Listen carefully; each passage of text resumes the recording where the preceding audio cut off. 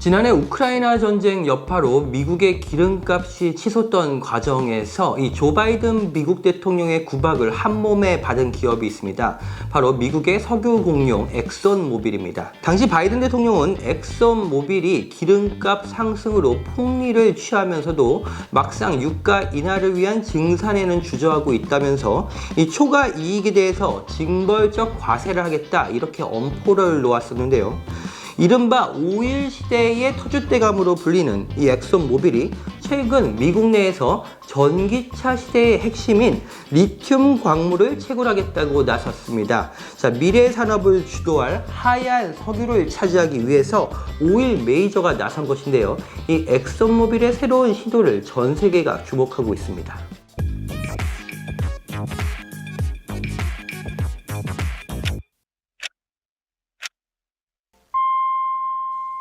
안녕하세요. 서울경제신문 워싱턴 특파원 윤홍입니다. 자, 이른바 빅 오일의 시대에서 빅 셔블의 시대로의 전환, 세계적인 에너지 석학 데니엘 예긴 S&P 글로벌 부회장이 한 진단입니다. 자, 저도 올해 초에 이분을 인터뷰할 기회가 있었는데요. 예긴 부회장은 전기차 시장의 규모가 커지면서 결국 전 세계적으로 광물 전쟁이 시작될 수밖에 없다고 진단했습니다. 전기차는 내연기관보다 배선이 많아 구리의 사용량이 월등하게 많고 또 이 배터리 제조를 위해서 리튬과 코발트의 채굴이 막대하게 필요하기 때문입니다. 그래서 예긴 부회장은 빅 셔블, 우리말로 치면 큰 삽, 즉 채굴의 시대가 열릴 것이다 이렇게 예견을 한 건데요. 거대한 석유 공룡 엑선모빌이 바로 그 큰 삽을 들었습니다. 자, 월스트리트저널에 따르면 엑선모빌은 최근 1억 달러 이상을 들여서 미국 아칸소주 남부에 있는 리튬 매장지를 매입했습니다. 여기에 400만 톤의 탄산화 리튬이 매장되어 있는 것으로 추산됩니다. 이거는 전기차 5천만 대한테 공급할 수 있는 리튬 공급량입니다. 엑선모빌의 이 같은 시도는 이 전기차 시대를 맞아서 전통의 석유회사가 이 사업 포트폴리오를 다변화하려는 것으로 보입니다. 데런 우즈 엑선모빌 CEO는 최근 이 CNBC와의 인터뷰에서 전 세계 전기차가 2017년 300만 대에서 2040년이면 4억 2천만 대까지 증가할 것으로 예상했습니다. 자, 이 수치는 이때쯤이면 사실상 모든 신차가 전기차로 출시된다 이런 얘기입니다. 자, 엑선모빌이 매입한 아칸소주 리튬 매장지는 이른바 소금물 호수라고 불리는 염호가 있는데요. 이 리튬 산업은 보통 리튬 정광을 채굴하거나 염호에서 리튬을 뽑아내는 공정, 이렇게 두 가지로 나뉘게 됩니다. 이 가운데 이 염호에서 리튬을 추출하는 작업이 이 석유 산업의 원유 시추 및 가공 작업과 굉장히 유사하다고 합니다. 바로 엑선모빌의 전공 분야인 셈입니다. 자, 엑선모빌의 움직임은 이 바이든 정부의 최근 광물 패권 전쟁과도 무관치 않아 보입니다. 취임 초부터 중국 반도체 산업의 기술 굴기를 꺾겠다고 강력한 제재를 쏟아부은 바이든 정부는 최근 중국과의 광물 전쟁으로 그 전선을 넓히고 있습니다. 자, 실제 백악관 내에서는 이 미국의 중국 광물 의존도에 대한 우려가 매우 심각합니다. 이 존 포데스타 백악관 국가기후보좌관은 최근에 한 행사에서 자, 미국이 우크라이나 전쟁을 앞두고 있던 유럽과 같은 상황에 놓일 수는 없다. 우리는 굉장히 취약한 위치에 있다. 이런 말을 했는데요.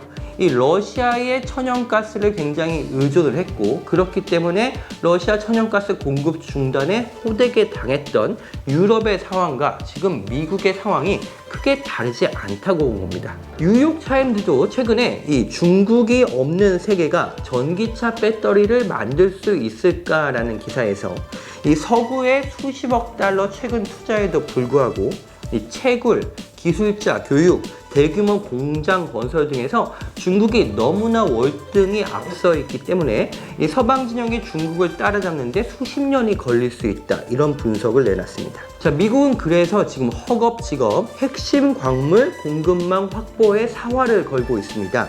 이 미국 내에서는 환경단체들의 반발을 무릅쓰고 이 광물 채굴을 장려하고 있는데요. 인플레이션 감축법에도 주요 광물 생산 비용의 10%에 대한 세액 공제 비용이 추가되어 있습니다. 또 밖으로는 중국을 배제한 공급망 구축을 위한 동맹 규합에 사활을 걸고 있습니다.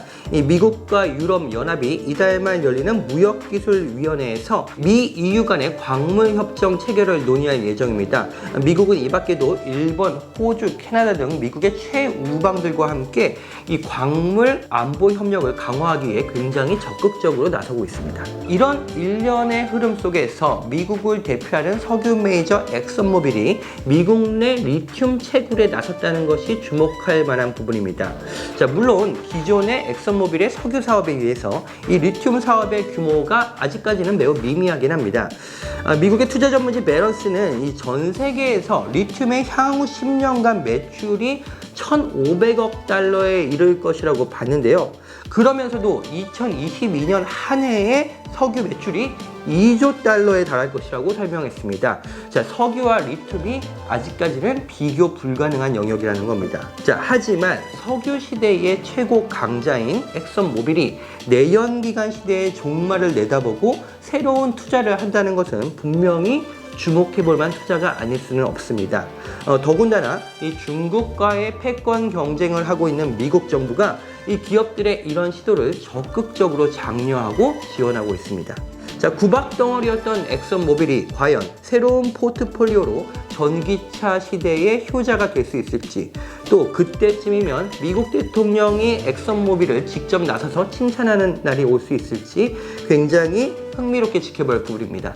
윤홍우의 워싱턴 24시 다음 시간에 다시 찾아오겠습니다.